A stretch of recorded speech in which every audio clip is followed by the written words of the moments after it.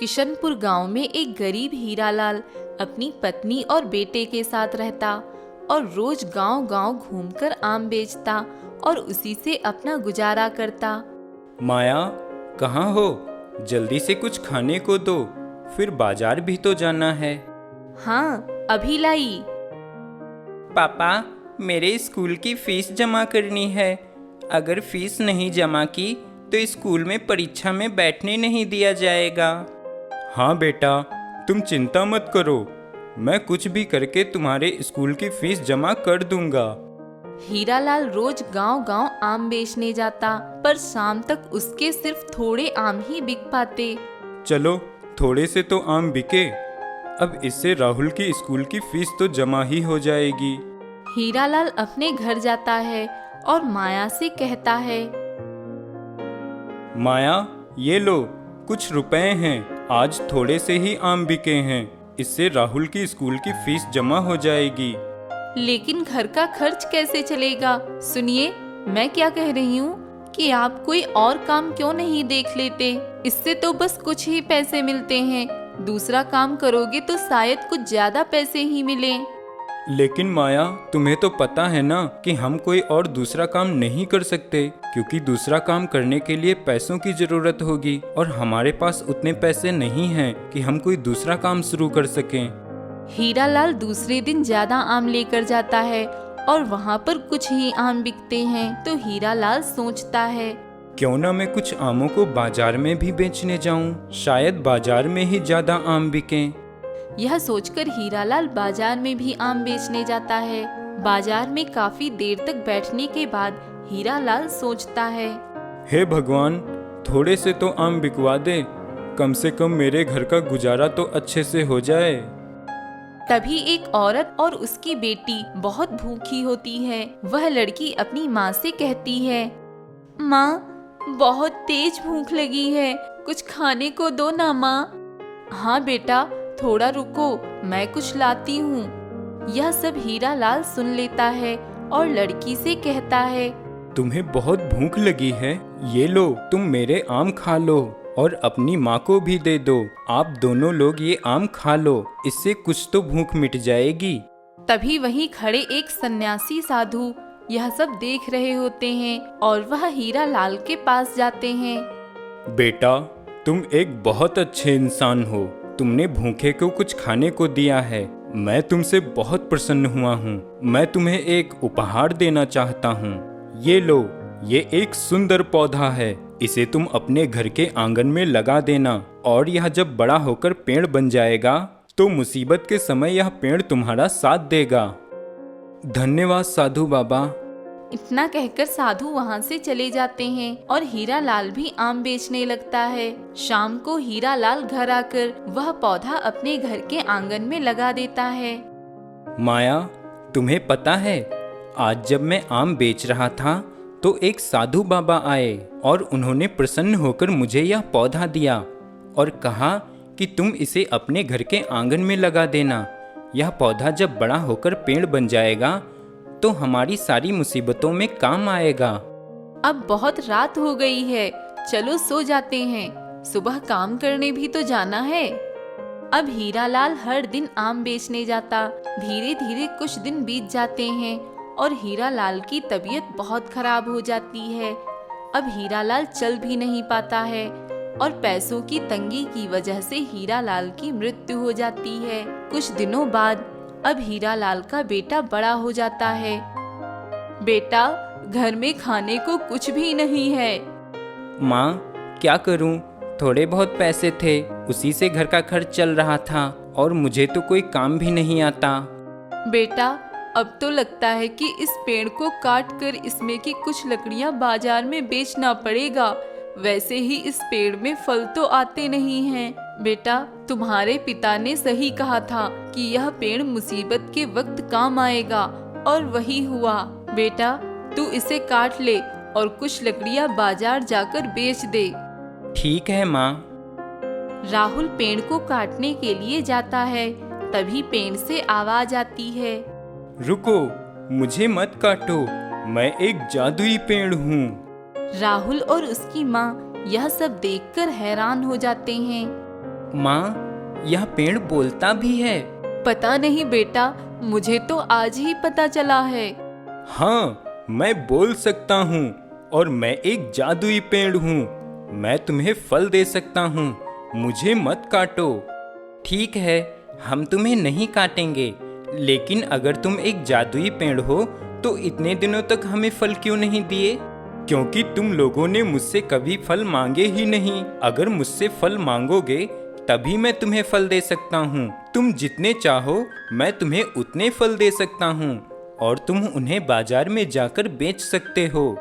यह सब सुनकर राहुल और उसकी माँ बहुत खुश हो जाते हैं। राहुल उस पेड़ से फल मांगता है और पेड़ राहुल को ढेर सारे आम देता है। अब राहुल रोज बाजार आम बेचने जाता और धीरे धीरे उसके हालात बहुत सुधर जाते हैं। राहुल और उसकी माँ दोनों खुशी से अपना जीवन यापन करने लगते हैं। सुमन अपनी सौतेली माँ निर्मला और उसकी बेटी कामिनी के साथ रहती। सुमन के पिता सुमन का पालन पोषण अच्छे से करते और निर्मला भी सुमन का ख्याल रखती। लेकिन पिता की मृत्यु के बाद निर्मला ने सुमन का कोई खास ख्याल नहीं रखा। सुमन ज्यादा से ज्यादा समय अपने चाचा मनोहर के साथ बिताती और सुमन खुश रहती। सुमन बेटी, मुझे कुछ दिनों के लिए काम से बाहर जाना है। मैं जल्दी ही वापस आ जाऊंगा। चाचा, मुझे भी आपके साथ जाना है। मैं आपके बगैर नहीं रहूंगी। बेटी सुमन, परेशान मत हो, मैं जल्दी ही लौट आऊंगा और फिर तेरी माँ और तेरी बहन है ना तेरे साथ। हाँ सुमन, मैं हूँ ना तुम्हारे साथ। इसके बाद मनोहर चला जाता है। सुमन मनोहर के जाने से बहुत दुखी होती है। मनोहर के जाने के बाद निर्मला का व्यवहार तो बिल्कुल बदल जाता है। निर्मला सुमन को स्कूल नहीं जाने देती और उससे घर का सारा काम करवाती और सुमन पर चिल्लाती। सुमन, तूने अभी तक खाना नहीं बनाया। मेरी बेटी कामिनी को जोरों से भूख लगी है। माँ, खाना बन गया है, बस तैयार है। बेटी कामिनी, ओ बेटी कामिनी, आजा मेरी बेटी, खाना खा ले, फिर तुझे पढ़ाई भी तो करना है। निर्मला और कामिनी खाना खाने बैठते हैं और साथ में सुमन भी बैठ जाती है। अरे, तू क्यों बैठ गई? माँ, मुझे भी जोरों से भूख लगी है, मुझे भी खाना खाना है। जा, पहले जो सारे कपड़े पड़े हैं धुलने को, उन्हें धो, समझी? दुखी होकर सुमन कपड़े धोने जाती है और अपने चाचा को याद करती है। चाचा, आप कब आओगे? जल्दी आओ चाचा, पिताजी तो मुझे इस दुनिया में पहले ही छोड़कर चले गए। आप भी मेरे साथ नहीं हो, आप कब आओगे चाचा? कई दिन बीत जाते हैं पर मनोहर नहीं आता। निर्मला का सुमन के प्रति दुर्व्यवहार काफी बढ़ गया। यहाँ तक उसकी बहन कामिनी भी सुमन को परेशान करती। एक दिन सुमन बहुत भूखी थी। वह किचन में जाकर खाना खाती है। तभी कामिनी उसे खाना खाते हुए देख लेती है और अपनी माँ को बुलाती है। माँ, देखो, सुमन चोरी से खाना खा रही है। यह देखकर निर्मला बहुत क्रोधित हो जाती है और सुमन को खूब डांट लगाती है। अच्छा, तो अब तू चोरी करेगी? तेरी ये मजाल, आज मैं तुझे अच्छे से मजा चखाऊंगी। माँ, मुझे बहुत भूख लगी है, मैं चोरी करके नहीं खा रही हूँ। अच्छा, एक तो चोरी करके खाना खाती है, फिर झूठ भी बोलती है।